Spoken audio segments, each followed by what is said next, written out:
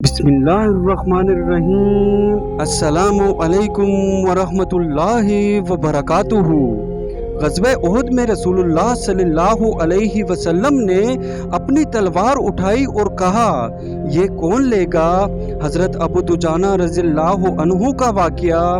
حضرت ابو دجانہ رضی اللہ عنہ ایک صحابی ہے۔ کون ابو دجانہ؟ پہلی صف کے صحابہ۔ کون ابو دجانہ؟ جب آپ صلی اللہ علیہ وسلم حج پر گئے تو اپنی جگہ ابو دجانہ کو مدینہ میں اپنا نائب بنایا کہ ابو دجانہ مدینہ میں میری جگہ امیر ہے۔ وہ ابو دجانہ۔ کون ابو دجانہ؟ جو جنگ بدر سے لے کر آخری حج تک ہر سفر میں شریک ہے، وہ ابو دجانہ۔ غزوہ احد میں رسول اللہ صلی اللہ علیہ وسلم نے اپنی تلوار اٹھائی اور کہا، یہ کون لے گا؟ سارے صحابہ کھڑے ہو گئے تو آپ نے فرمایا، اس کا حق کون ادا کرے گا؟ سب بیٹھ گئے۔ تین صحابہ کھڑے رہے، ایک حضرت عمر بن خطاب رضی اللہ عنہ، دوسرے زبیر بن عوام رضی اللہ عنہ اور تیسرے ابو دجانہ رضی اللہ عنہم اجمعین۔ تو نبی صلی اللہ علیہ وسلم نے تلوار نہ عمر کو دی نہ زبیر کو دی، ابو دجانہ کو دے دی۔ حضرت عمر فاروق رضی اللہ عنہ کو تو سب جانتے ہیں، ان کی بہادری کو بھی، جبکہ حضرت زبیر رضی اللہ عنہ کی دلیری کی تو تھاک تھی۔ پورے عرب میں جہاں تلوار چلتی کاٹتی چلی جاتی تھی، پر تلوار حضرت ابو دجانہ رضی اللہ عنہ کو دی۔ اب حضرت زبیر بن عوام رضی اللہ عنہ نے سوچا، چلو میں دیکھتا ہوں کہ ابو دجانہ کیا کرتا ہے۔ تو حضرت ابو دجانہ نے چند شعر پڑھے جس کا مفہوم ہے، میں نے آج رسول اللہ صلی اللہ علیہ وسلم سے عہد کیا ہے کہ میں آج ان کی تلوار کا حق ادا کروں گا۔ یہ کہہ کر جو حملہ کیا تو 3000 کا لشکر تھا، پورے لشکر کو کاٹ کر آگے نکل گئے۔ آگے قریش کی عورتیں کھڑی تھی جو اپنے جنگجوؤں کو جوش دلا رہی تھی اشعار پڑھ کر۔ انہوں نے جب صحابی رسول کو دیکھا تو بھاگنے لگی، ان میں سے ہندہ پکڑی گئی۔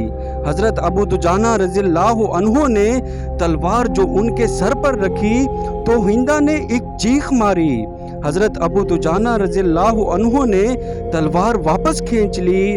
حضرت زبیر رضی اللہ عنہ جو ابو دجانہ کے پیچھے پیچھے تھے کہنے لگے، یہ کیا کیا؟ اس کو کیوں چھوڑ دیا؟ حالانکہ جو عورت جنگ میں حصہ لے اس کو مارنا جائز ہے، البتہ ویسے جنگ میں بچوں کو، بوڑھوں کو، عورتوں کو مارنا جائز نہیں۔ جو جنگ میں حصہ لے ان کو مارنا جائز ہے۔ تو حضرت ابو دجانہ رضی اللہ عنہ نے کہا، زبیر میں نبی صلی اللہ علیہ وسلم سے عہد کر چکا ہوں کہ ان کی تلوار کا حق ادا کروں گا، اس لیے میں یہ تلوار عورت کے خون سے رنگین نہیں کرنا چاہتا۔ یہ میرے نبی کی تلوار ہے، اس کو عورت کے خون سے رنگین کر کے اس کی شان نہیں گھٹانا چاہتا۔ یہ کہہ کر واپس پلٹے اور فوج پر حملہ کر دیا۔ دوبارہ کفار کی صفوں کو چیرتے جا رہے تھے۔ زبیر رضی اللہ عنہ پیچھے پیچھے جا رہے تھے۔ زبیر رضی اللہ عنہ کہتے ہیں کہ میں اپنے دل میں کہنے لگا کہ مشرکین کے لشکر میں ایک سخت جنگجو ہے جس کی شمشیر زنی عرب میں مشہور ہے، کبھی اس سے سامنا ہو تو میں دیکھوں کہ ابو دجانہ کیا ہے۔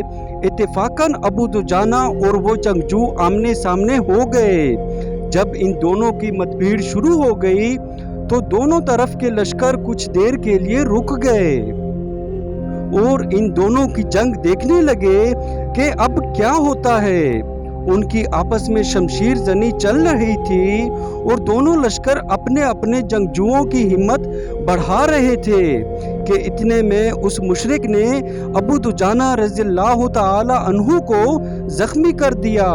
حضرت ابو دجانہ رضی اللہ عنہ نے جو جوش میں آ کر ایک تلوار ماری تو اس مشرک کے 2 ٹکڑے کر کے کاٹ کر پھینک دیا اور پھر لشکر کفار کی طرف منہ کر کے اپنے سر سے لوہے کی وہ ٹوپی اتاری اور کہنے لگے،